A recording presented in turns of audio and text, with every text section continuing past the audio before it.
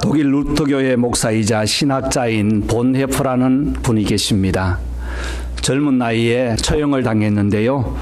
나치 정권의 종교 탄압에 불복하다가 나치 암살 가담에 가담되었다는 형목으로 감옥에 갇히게 됩니다. 독일 폐망 3일 전에 처형을 당해서요. 참 아쉽죠. 그렇게 자유와 강명 그리고 복음을 외쳤던 분인데 그 빛을 보지 못했습니다.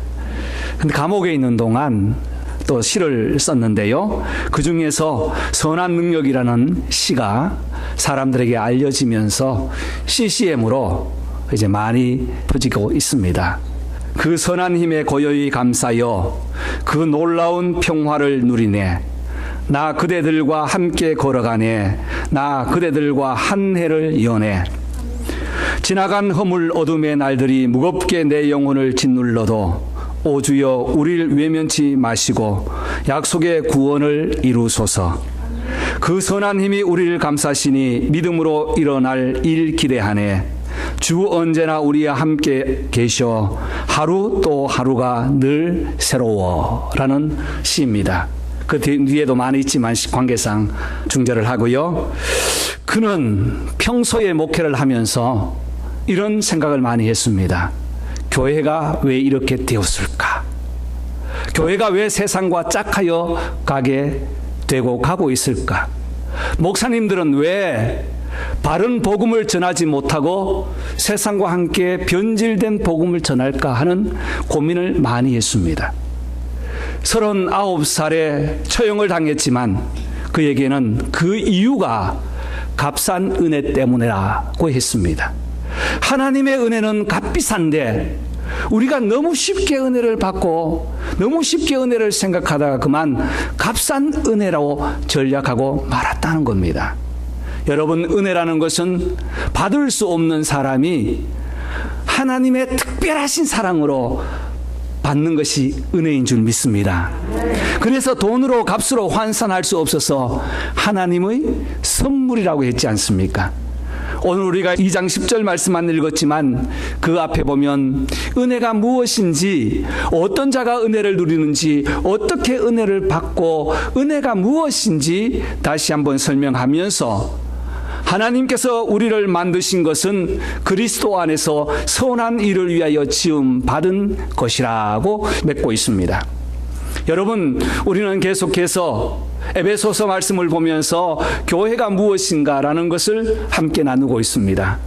교회는 하나님의 특별한 약속으로 시작하고 예수 그리스도의 십자가의 은혜, 머리 대신 예수 그리스도의 이름으로 시작하여 성도들을 통하여 세워지고 세상을 향하여 선포하는 것이 교회입니다.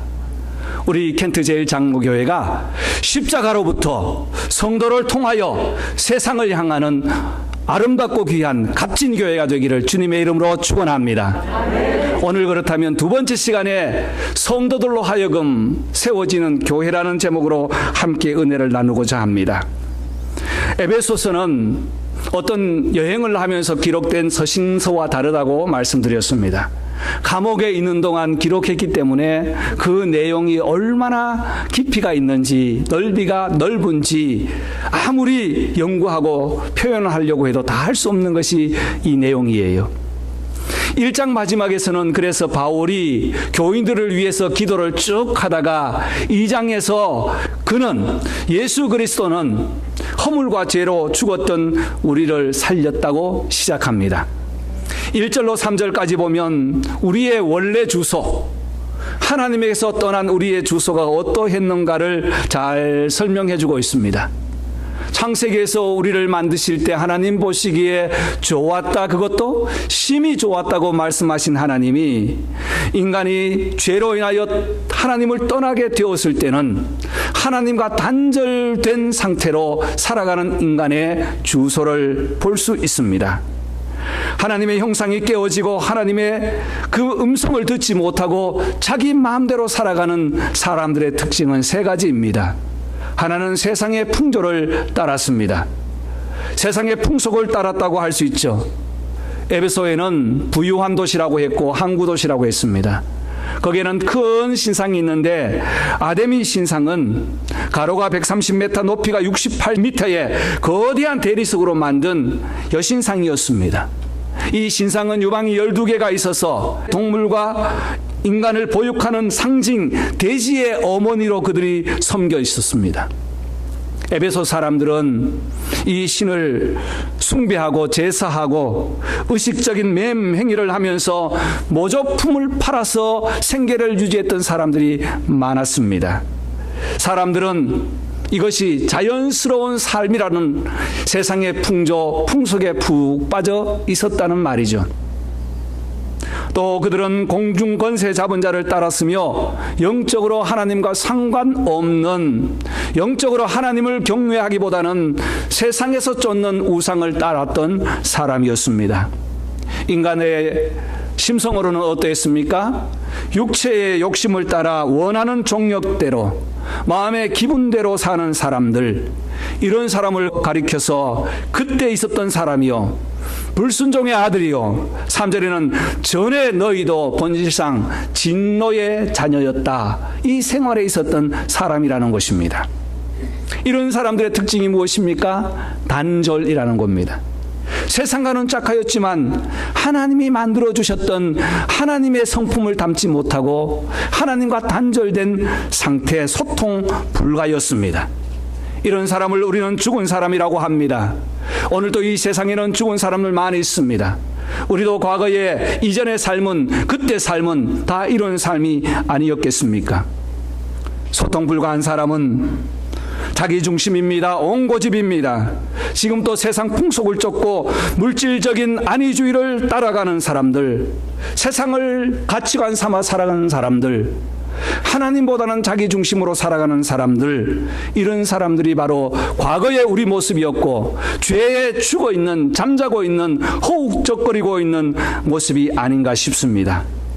그래서 10절에 우리는 그의 만드신 바라 예수 그리스도 안에서 선한 일을 위하여 지음 받은 자라고 했습니다.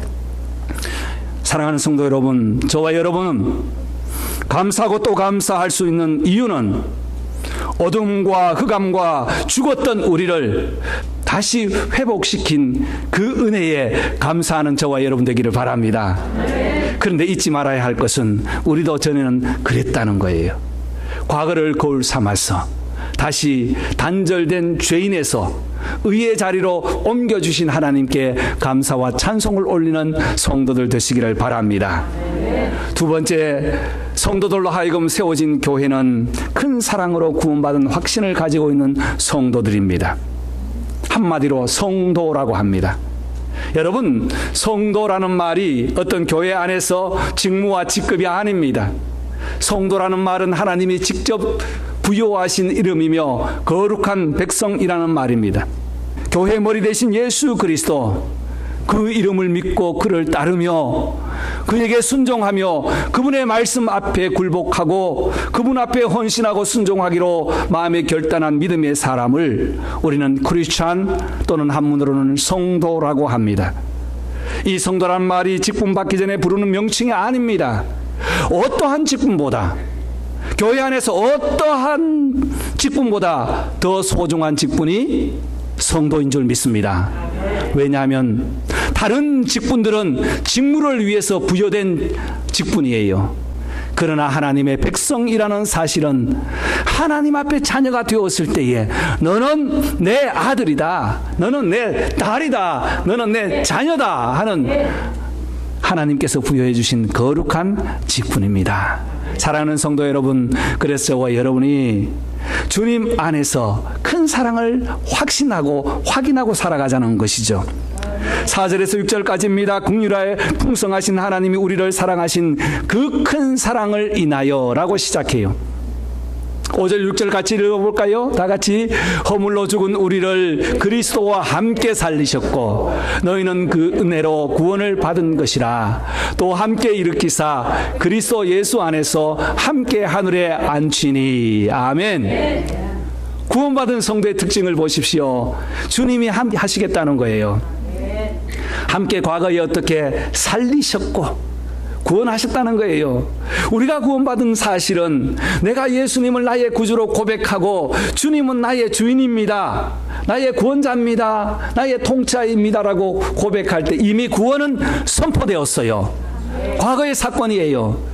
그런데 그 구원을 이루어가기 위해서는 날마다 또 함께 살리시는 성령의 역사가 날마다 우리에게 주어지는 거예요. 그래서 과거에 이미 구원을 받았지만 오늘도 구원받은 백성으로 날마다 우리의 삶이 진행되어 갈 때에 우리 성령님은 함께 우리를 주님과 함께 살리시는 그 첫 열매를 통해서 날마다 우리를 새롭게 살려주시는 줄 믿습니다. 우리는 약하잖아요. 그래서 다시 넘어지잖아요. 어떨 때는 구원 자체에 대해서 송두리째 막 흔들리는 갈등이 올 때도 있습니다. 그때에 우리 성령님은 다시 함께 우리를 일으켜 세워주세요. 그리고 완성 단계에 어떻게 합니까? 함께 앉혀주시는 놀라운 역사가 있는 것입니다. 우리는 이 소망을 가지고 살아갑니다. 십자가의 은혜로 우리를 위하여 죽으셨던 그 보혈이 영원히 주님과 함께 살 수 있는 은혜 특권 받은 것은 성도로서 하나님의 큰 사랑이 임하였기 때문인지를 믿습니다. 그래서 함께 지어져 가는 교회 1장 마지막과 2장 마지막에 보면 함께 지어져 간다고 되어 있어요. 그래서 교회는 성도들, 즉 하나님의 부름을 받고 구원받은 백성들이 함께 어우러져서 지어져 가는 것이 교회입니다. 사랑하는 성도 여러분, 저와 여러분들도 이전에는 죄악 가운데 있었지만 주님의 은혜를 다시 받고 보니 주님과 함께 살아나신 줄 믿습니다. 오늘 또 함께 걸어가는 줄 믿습니다. 내일은 하나님께서 함께 보좌에, 영광의 보좌에 우리를 함께 앉혀주시는 줄 믿습니다. 그래서 우리는 하나님과 완전한 소통이 되었습니다. 얼마나 감사한 일입니까? 완전한 소통되었을 때 기도하면 들어주세요. 찬양하면 받으세요.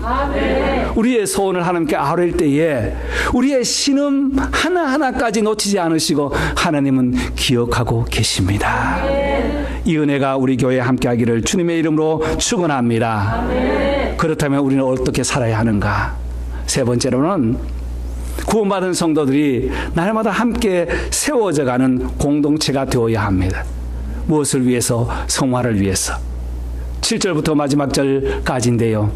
7절 말씀에는 이렇게 기록합니다. 이는 그리스도 예수 안에서 우리에게 자비하심으로써 그 은혜의 지극히 풍성함을 오는 여러 세대에 나타내려 하심이라. 첫 번째, 우리를 구원해 주시고 오늘 또 우리와 함께 하시는 주님께서 우리에게 주신 사명은 이 놀라운 은혜를 오는 모든 세대에게 알리려고 한다는 거예요. 먼저는 하나님이 먼저 역사하십니다. 이 역사를 누구에게 주십니까? 우리에게 주세요. 우리에게 주셔서 지금 우리가 살아가고 있는 이 시대에, 앞으로 오는 모든 시대에 이 놀라운 구원의 역사를 전파하고 나누고 선포하는 것이 하나님께서 우리에게 주신 사명인 것입니다. 그래서 풍성한 은혜를 누리는 사람이 나가서 복음을 나눌 수 있어요. 여러분의 지금 현재 상황은 어떻습니까? 전도는 전도지를 들고 뛰어 들어가서 나누는 것, 이것만 전도가 아닙니다. 물론 한 방편은 되겠지만 내가 하는 일에서 작은 일에 최선을 다하고 내 마음에서 오늘 또 나를 살려주시는 예수 그리스도가 살아계실 때에 우리의 얼굴과 표현과 마음은 달라져요. 내 중심이 아니에요. 그래서 사람들이 묻습니다. 무슨 좋은 일 있으세요? 라고 물어요. 그럼 여러분은 어떻게 대답합니까? 있지요. 무슨 좋은 일이세요? 오늘 또 내 마음속에 예수님이 살아계신답니다. 이것이 바로 전도라는 겁니다. 예수 믿으세요 하고 돌아서 가지고 남 욕하고 헐뜯고 비방하고 이간질하고 이거는 아니에요.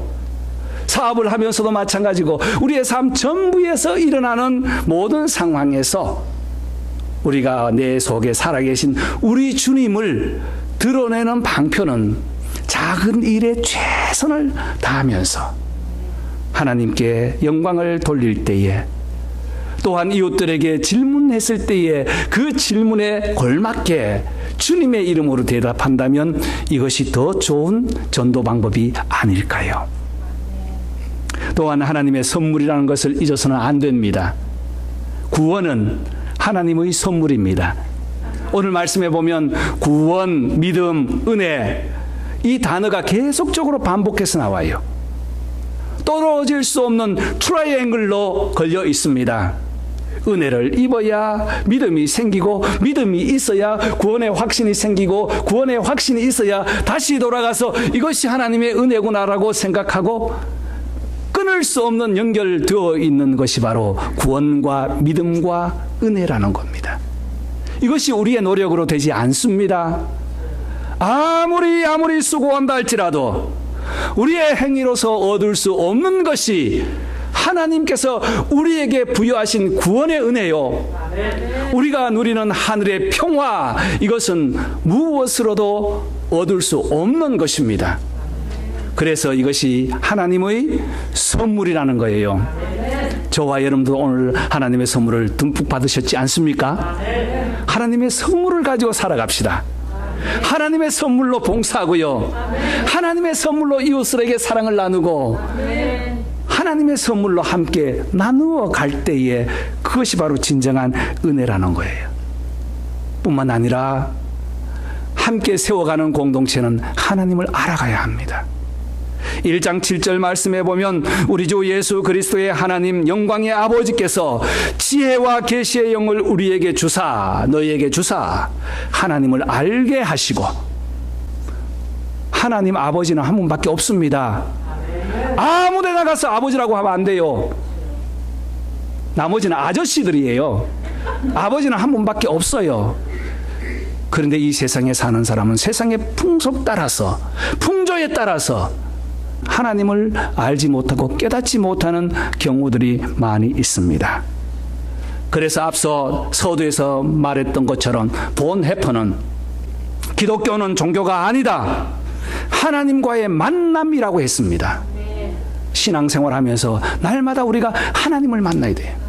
오늘도 말씀을 통해서 만나고, 찬양을 통해서 만나고, 기도를 통해서 만나고, 삶을 통해서 하나님과 만날 때에 우리는 날마다 성화를 위해서 공사 중 현장으로 나가고 있다는 겁니다. 여러분, 옆에 우리 도로에 오래도록 공사를 했지요? 불편함이 많았습니다. 이제 꽃을 심고 또 이렇게 가꾸는 거 보니까 새로운 도시가 되었습니다. 공사할 때는 힘들고 어려워요. 불편함이 많습니다. 그러나 조금씩 변화되어서 마지막 완성할 단계가 있다는 것입니다. 우리의 영혼도 마찬가지, 우리의 삶도 마찬가지예요. 날마다 우리는 공사 중입니다. 고백할까요? 나는 지금도 공사 중입니다. 공사 중에는 땅도 베이고, 그리고 다른 이렇게 덤프차들도 와 있고 많이 불편함이 있어요. 우리는 날마다 공사 중이라는 사실을 자기가 인정한다면 두려울 것 없습니다. 염려가 없어요. 괜찮아요. 왜? 공사 중이니까요. 요즘 수요일마다 교회 정리를 합니다. 청소를 하는데 지난 수요일도 2차를 가득 실어서 그것도 높이 세워서 천막을 덮어서 가서 덤프를 했습니다. 덤프를 하기 전에 우리 함장로님 오셨길래 손에 제가 편찮으신 거 알거든요. 불편한 거 알거든요. 그래서 손 괜찮으세요? 물건 내려야 되는데요 했더니 하신 말씀이, 교회 일 하다가 더 아프면 골프 안 치면 되지요. 이야, 그 한마디가 말이죠, 조지 위필드라는 목사님이 했던 말이 기억나더라고요. 이 목사님이 무슨 말을 했는가 하면 맨 밑에 있네요. 다 같이 시작. 녹수로 버리지 말고 달아서 못 쓰게 하자. 녹슬어서 못 쓰게 되는 일이 없어야 합니다. 우리에게 하나님께서 각각 탤런트를 주셨는데 묻어두고 덮어두어서 녹슬어서 못 써서 버린다면 얼마나 하나님의 마음이 아프고 우리는 하나님 앞에 죄송하겠습니까? 그러나 달아서 못 쓰도록 열심히 한번 공사 중이니까 우리 공사를 한번 해 나가십시다. 이것이 바로 우리 성도의 삶이 아닌가 싶습니다.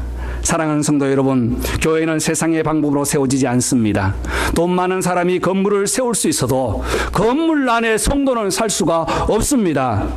교회는 예수 그리스도를 믿고 고백하는 성도들 크리스찬으로 하여금 세워져 나가는데, 이 크리스찬들은 이전에는 죄와 함께 세상에 죽었던 사람이었지만 그 크신 하나님의 사랑으로 구원받아서 오늘 또 하나님의 그 놀라운 사랑에 감격하여 공사 중으로 성화의 과정을 걸어가면서 세워나가는 공동체입니다.